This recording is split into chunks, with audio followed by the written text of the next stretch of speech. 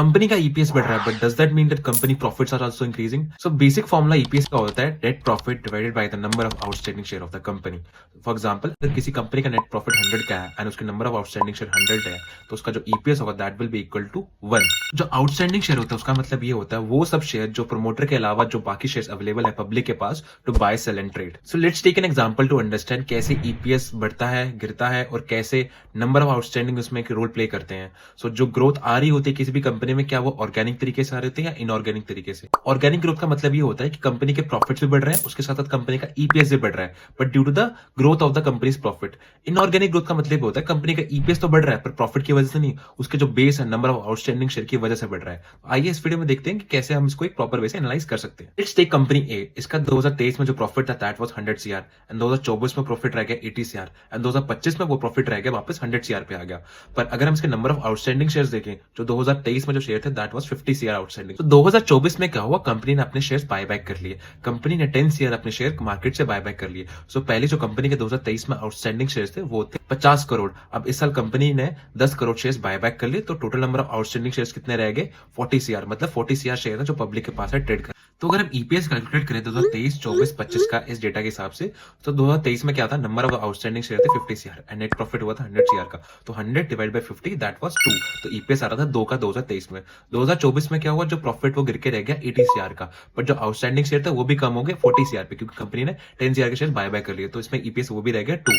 And जो 2000 अगर 25 की बात करें, इसमें क्या हुआ, प्रॉफिट बढ़ा 100 सीआर का, पर जो आउटस्टैंडिंग शेयर था वो भी 40 सीआर रह गए। तो ईपीएस कितना होगा, 2.5।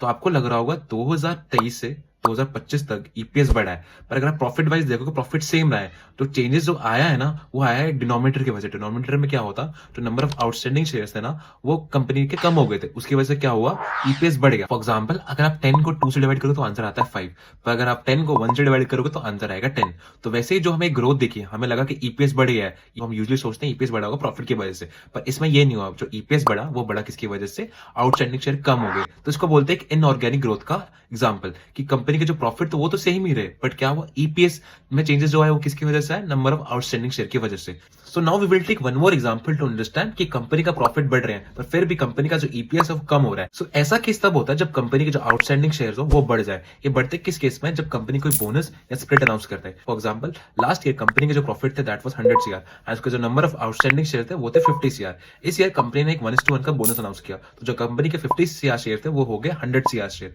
एंड जो कंपनी जो इस साल प्रॉफिट कमाया दैट वाज 120 सीआर। सो अगर हम लास्ट ईयर का अगर ईपीएस कैलकुलेट करें that was 100 divide by 50, it was coming to 2।